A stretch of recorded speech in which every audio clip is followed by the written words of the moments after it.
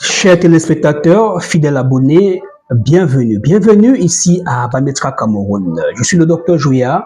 C'est avec le même plaisir et le sourire aux lèvres que je fais des vidéos comme ça sans me fatiguer pour attirer l'attention des personnes qui vont sur les réseaux sociaux chercher la solution à leurs problèmes de santé.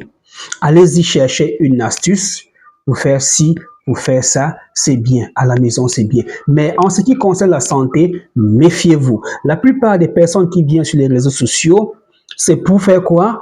Pour chercher le nombre d'abonnés, le nombre de vues et en retour gagner de l'argent. La plupart de ce qu'on vous explique là, c'est archi faux et c'est des gens qui n'ont jamais pratiqué la médecine mais qui se lèvent un bon matin et commencent à vous donner des combinaisons compliquées. J'ai vu une femme utiliser le quatre-côtés, le poivre des Guinées, les aubergines sauvages, le lac-pie, ceci c'est là pour boire, pour déboucher les trompes. Attention madame. Le saviez-vous? Les plantes médicinales, contrairement à ce que vous pensez, sont très toxiques. Oui, avez-vous entendu parler de la ciguë? La ciguë, c'est une plante qui a tué un éminent philosophe. Alors, lorsque vous ingérez une plante, il y a une réaction dans le corps, une réaction qu'on peut minimiser. Nos parents ont toujours utilisé des plantes pour guérir les gens. Ces papas ne se sont jamais mis à faire des combinaisons compliquées. On sait que papa utilisait telle plante et telle plante pour soigner telle maladie. Papa m'envoyait souvent, ou grand-mère m'envoyait souvent, chercher telle plante et telle plante pour soigner les femmes. Mais de nos jours, sur les réseaux sociaux, on fait des combinaisons terribles. Ceci, plus ceci, plus ceci, plus ceci, plus ceci. Ma copine pige, toi avec ma copine boit. Elle, qu'est-ce qu'elle en sait? Elle n'a même jamais vu ces plantes. Si on lui montre l'arbre qui produit ces plantes, elle ne va pas connaître. Attention à ce qu'on appelle la toxicité. Il y a une forme de toxicité dite de toxicité aiguë, toxicité subaiguë, toxicité subchronique et toxicité chronique. 4 types de toxicité. C'est-à-dire que vous ingérez une plante toxique, mais à l'immédiat, ça ne vous fait rien. Vous ingérez une plante, dans un mois, ça commence à vous faire quelque chose. L'autre, dans 6 mois, dans 2 ans, ça commence à vous faire quelque chose. L'autre, plus tard, 10 ans après, ça commence à vous nuire. Voilà pourquoi il ne faut pas mettre n'importe quoi dans la bouche. Il faut faire très attention. Il vaut mieux se confier à quelqu'un qui s'y connaît et qui pratique de manière permanente depuis environ 10 ans. Parce qu'en pratiquant, quand il donne le remède, si ça produit cet effet, il saura pourquoi ça fait cet effet. Si ça vous envoie aux toilettes, il saura pourquoi ça fait cela. Déjà même envoyer aux toilettes pour une plante peut être de la toxicité. Il y a des plantes laxatives, dépuratifs, oui, on sait que ça doit aller aux toilettes. Mais une plante qui n'envoie jamais aux toilettes, si quelqu'un prend et se retrouve d'aller aux toilettes, c'est une forme de toxicité qu'il faut vérifier et surveiller. Maintenant, si c'est quelqu'un qui ne connaît rien, la personne va continuer à boire ou à se puger.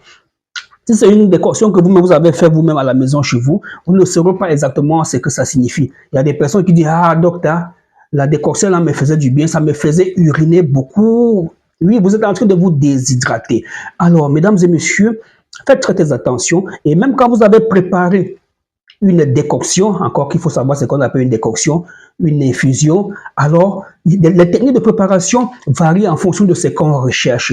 Une fois préparé, comment vais-je conserver ce remède? Parce qu'un remède sain, propre, si vous conservez ce mal, les molécules, les principes actifs qui sont dedans vont se combiner et rendre ce remède comme de l'eau, impuissant. Les molécules qui sont dans la décoction, dans le remède déjà préparé, peuvent se combiner et provoquer autre chose et devenir très toxique.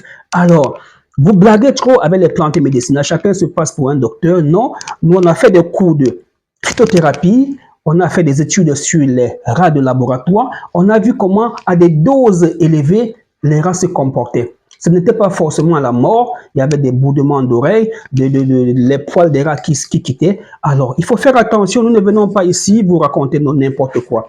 Nous avons là un document, d'accord? Document de formation des phytothérapeutes sur les techniques de préparation des médicaments traditionnels et de concentration des principes actifs. Quelle est la concentration du principe actif dans le remède que vous buvez? Combien de feuilles de djeka pour quelle quantité de litres d'eau? Quelle quantité de quatre-côtés pour quelle quantité de solvant? Voilà autant de questions qu'il faut se poser. Alors, Oh là là. Bien. D'accord.